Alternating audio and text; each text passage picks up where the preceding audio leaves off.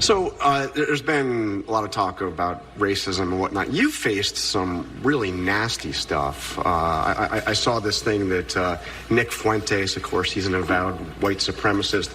He said, what kind of a man marries somebody named Usha? Clearly he doesn't value his racial identity, his heritage. I mean, this is racist garbage. Yes, it is. But this is also a guy that dined with Donald Trump at Mar-a-Lago during this campaign. Well, that Donald Trump doesn't know anything about and frankly doesn't care for. Nick Fuentes, an avowed anti-Semite, went after your wife. He had previously dined at Mar-a-Lago with Donald Trump. Does this have any room in your movement, in the MAGA movement? Of course it doesn't have any room in the MAGA movement, and of course... You disavow him and this. And of course Donald Trump has criticized this person. Look, I think the guy's a total loser. Certainly I disavow him, but if you ask me what I care more about, is it a person attacking me personally, or is it government policy that discriminates based on race? That's what I really worry about. What did you notice there? Forget about the names and the J.D. Vance and the Trump and this guy. And that. What did you notice there? You notice how the reporters, the apparatchiks, are all on message, and notice how they're already getting us to denounce. Do you disavow things? Joining me now, Rob Bluey, president, executive editor of the Daily Signal. Rob, I, for one thing, J.D. Vance has done a bang-up job so far in his VP campaign. However, the Republicans playing the disavow game for the 10 millionth time is about enough to make me want to throw myself off a building. How do we not know what they're doing at this point in time? Yeah, Jesse, thanks for having me today. You're absolutely right. I mean, I do appreciate J.D. Vance's forceful response there, but Republicans and conservatives more broadly need to get off of defense and go on offense. There are plenty of things that they could be pointing out about Kamala Harris and some of the associations that she has with left-wing agitators and avowed Marxists and socialists that you don't expect the media to ask about. So it's their opportunity to bring it up and point the direction back at her and others in the Democratic Party, frankly. As for what you can expect from the media going forward, exactly this type of thing. I expect that they will continue to point out instances where they disagree with Donald Trump on things, and they'll try to find some tenuous association that he's had in the past and try to connect it in some way to his campaign, because there's an understanding that there are a handful of states, and in those handful of states, there are a certain set of swing voters who are going to make their decision not based on any policy issue, but probably on things that they read or see on television and maybe Donald Trump's expos. So, those are types of things that we can expect to play forward in this campaign, and we can't trust the media to report them. Rob, I actually spoke kind of about that issue in the very beginning of what the percentages are about what you just talked about. Obviously, these filthy communists have spent decades dumbing down and demoralizing this society so that half the people you run into can't name the vice president, let alone their 2 U.S. senators. Do we have a society too full now of people who don't vote on things like, well, I can't afford eggs or gas? They vote on things like, Trump said something mean. It's all a matter of percentages, and the question is, what are ours? Well, sadly, I think that you're right on that. There probably are far too many people who don't vote based on some of the policy issues that are at stake. I mean, we see poll after poll that shows that the economy and inflation is the number one issue of concern. Who has been in the White House putting forward policies that have contributed to the situation that we're in now, if none other than Joe Biden and Kamala Harris? So you'd think that they would reject the policies of the last 4 years and move to the policies that America was thriving on under Donald Trump. Frankly, there seems to be, if you believe recent polls, a number of Americans who appreciate this media makeover of Kamala Harris and are doing everything in their power to try to propel her into the White House. And so there will be Americans who chose to not vote on policy issues, and they will choose to vote on those kind of superficial things that come up on a day-to-day news cycle.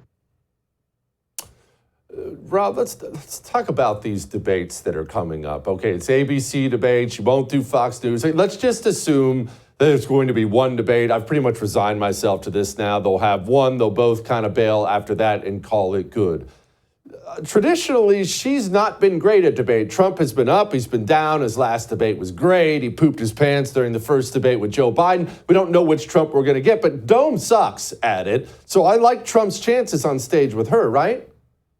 Oh, yeah, absolutely. I mean, well, the fact that she's avoiding any sort of press conferences or media scrutiny or hard interviews, I mean, this is his one opportunity to put her on stage, on the record, and ask about some of those policy issues that have come up in this conversation and that she's responsible for. I mean, if I were Trump, in Trump's shoes, I would center the conversation directly on the border crisis. Kamala Harris, of course, being the border czar, the one who Joe Biden put in charge of figuring out this crisis, this situation, and making it worse as a result of the policies that were implemented under her watch. And so I would do everything that he can over the course of the 90 minutes or however long that debate is to paint a contrast between what you saw during 4 years of Donald Trump and what you've seen over the course of the last 4 years. Now, in terms of the moderators, I think that Trump can expect a hostile walking into hostile territory there. I mean, David Muir is probably not going to be friendly to Trump based on what we know about ABC News's history, and so you just have to be prepared for a situation where you're going to be on the defensive, and you need to, as we talked about earlier,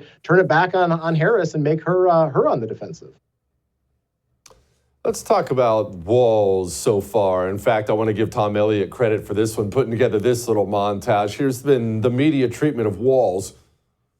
Midwestern dad, like super clean cut vibe. Everybody likes right? Walz. So plain spoken and relatable. As moderate and independent as it comes. Pretty moderate Democrat. I always knew him as a moderate. One of the most moderate. Very moderate record. A new moderate. I think this is the new moderate. Far from progressive. He's right down the middle. He's not just an old white man. Tim Walz beats America. You know, Talks like a regular person. Tim Walz is the opposite of weird. Walz is basically younger Joe Biden. Regular old Joe out there. Populist approach to fear on the Republican side, and the happy populism. That Tim Walz is on the ticket on the Democratic side. Walz is a kind of happy warrior. Happy warriors. Happy warriors. He was certainly the happy warrior last night and seemed to be the happy warrior last night. A happy warrior, folksy backstory. Are going to be very happy warriors. There is a new happy warrior. Following the kind of happy warrior mold. Happy warrior mentality. Wicked sense of humor. Look how happy the pig looks. That's good. It's wild to watch the hive mind at work, but I don't know if all this rehab is going to outlast the stolen valor stuff, Rob. There's a lot to this. What say you?